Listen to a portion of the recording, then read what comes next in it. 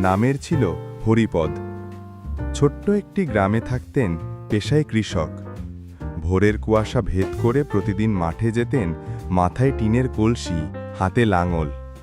তার একটিমাত্র জমি ছিল, ছোট, কিন্তু তার কাছে পৃথিবীর চেয়েও বড়। একবার টানা ৩ মাস বৃষ্টি হয়নি। মাটি ফেটে চৌচির, ফসল শুকিয়ে যাচ্ছে। গ্রামের অনেকেই হাল ছেড়ে দিয়েছিল, কিন্তু হরিপদ থেমে থাকেননি। তিনি প্রতিদিন সকালে কুয়ো থেকে পানি তুলে জমিতে সেচ দিতেন। কষ্ট হলেও বিশ্বাস হারাননি। একদিন হঠাৎ করে কালো মেঘে ঢেকে গেল আকাশ।